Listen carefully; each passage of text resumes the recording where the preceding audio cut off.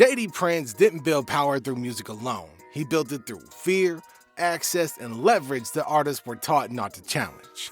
And this is how accusations of blackmail and intimidation followed rappers and how millions moved quietly with no trace. 1986. The humidity in Houston's Fifth Ward was thick enough to cut with a damn knife.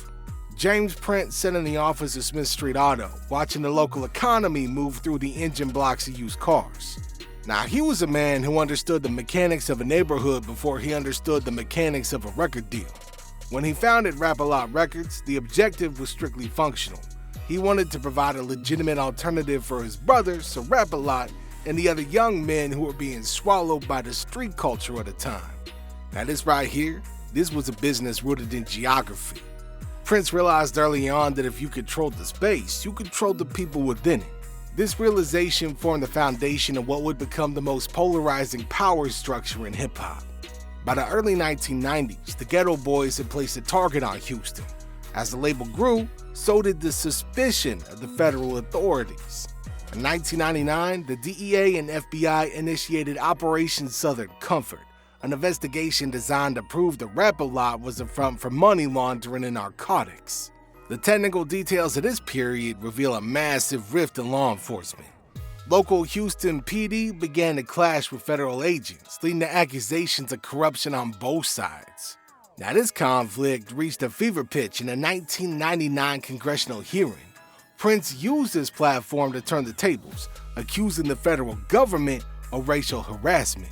He had the support of figures like Congresswoman Maxine Waters, which turned a criminal investigation into a high-stakes political debate. See, the fact that the investigation ended without a single conviction regarding the label's core business gave Prince a layer of perceived invincibility. It sent a message to the industry that he was a man the federal government couldn't break. This perceived invincibility allowed the check-in system to flourish. It was a simple protocol. If a major artist wanted to tour, record, or exist in Houston, they was expected to make contact with Prince or his representatives. Publicly, it was sold as a security measure, a way to ensure that outsiders weren't harassed by local elements. Privately, the system functioned as a localized tax. Artists were often steered towards specific security firms, venues, and events that were part of the Prince ecosystem. The blackmail was never a written demand. It was the heavy implication that without this enforcement, your safety in the city was no longer a priority. For a touring rapper, the cost of a security contract was a small price to pay compared to the risk of a violent confrontation in a city where the police often seemed to be as secondary to the local power structure. Now, the human element of this pressure is found in the quiet compliance of managers and artists. They didn't talk about it as extortion. They talked about it as paying respect. But respect that is mandatory carries a bit of a different weight. Now, the technical reality of this power became undeniable through the career of Drake. In 2006, Josh Prince, James' son, discovered Drake on MySpace. He facilitated the introduction of Lil Wayne and Young Money, but the financial ties to the Prince family remained tight. Aspire Music Group, which was linked to the Princes, filed a series of lawsuits claiming they were entitled to a 33.3% share of Drake's profits. Now, all these legal filings lasted for years, revealing a complex web of overrides and finder's fees that tied the world's biggest artist to the Fifth Ward. It was a demonstration that even at the highest levels of global stardom, the check-in had financial teeth. In 2018, this power move went public during the feud between Drake and Pusha T.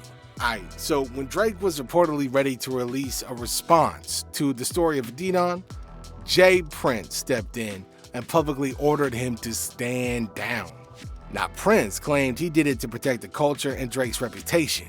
Now, to the outside observer, it looked like a fatherly intervention. To the industry, it was a display of absolute control.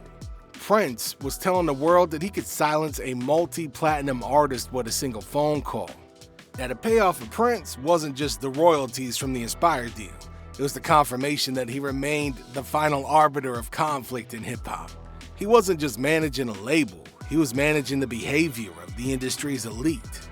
The system operated on a belief in the gatekeeper's ability to maintain order. If you paid the tax, you was safe. If you checked in, you was protected. But on November 1st, 2022, that belief was shattered.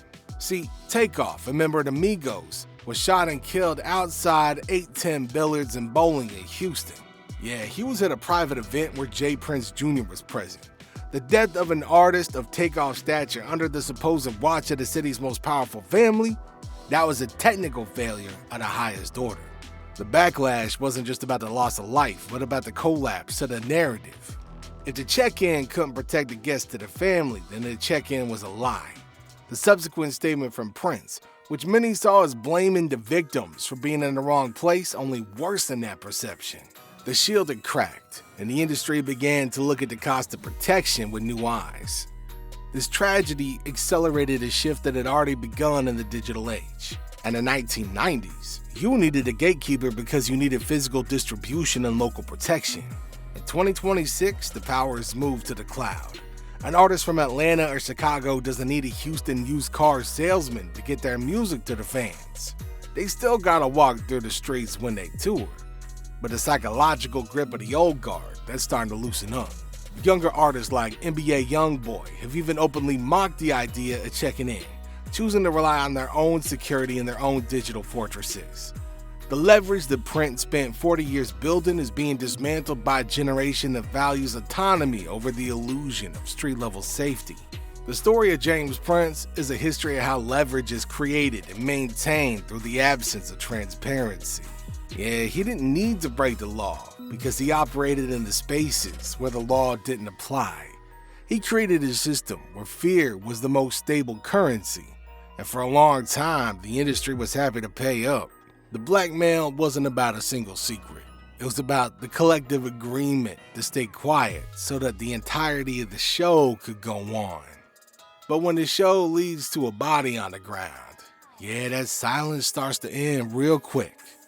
The payoff for this decades-long story is a realization the power built on fear, yeah, that's only as strong as the fear itself is. See, once that fear's gone, the gatekeeper, that's just another man in a suit in an office. It's a dude watching all the cars drive by and trying to count stacks. See, J. Prince controlled the transition from street-level territory to corporate music. This man charged for a sense of safety that digital platforms eventually made irrelevant. If you ain't walking through a town, you ain't gotta worry about heat in that town. The whole check-in system, that was a psychological contract that expired the moment that it failed to prevent actual violence with Takeoff. Yeah, and it left a legacy of paid-for protection that didn't exist when it actually mattered. And that tells you everything you need to know.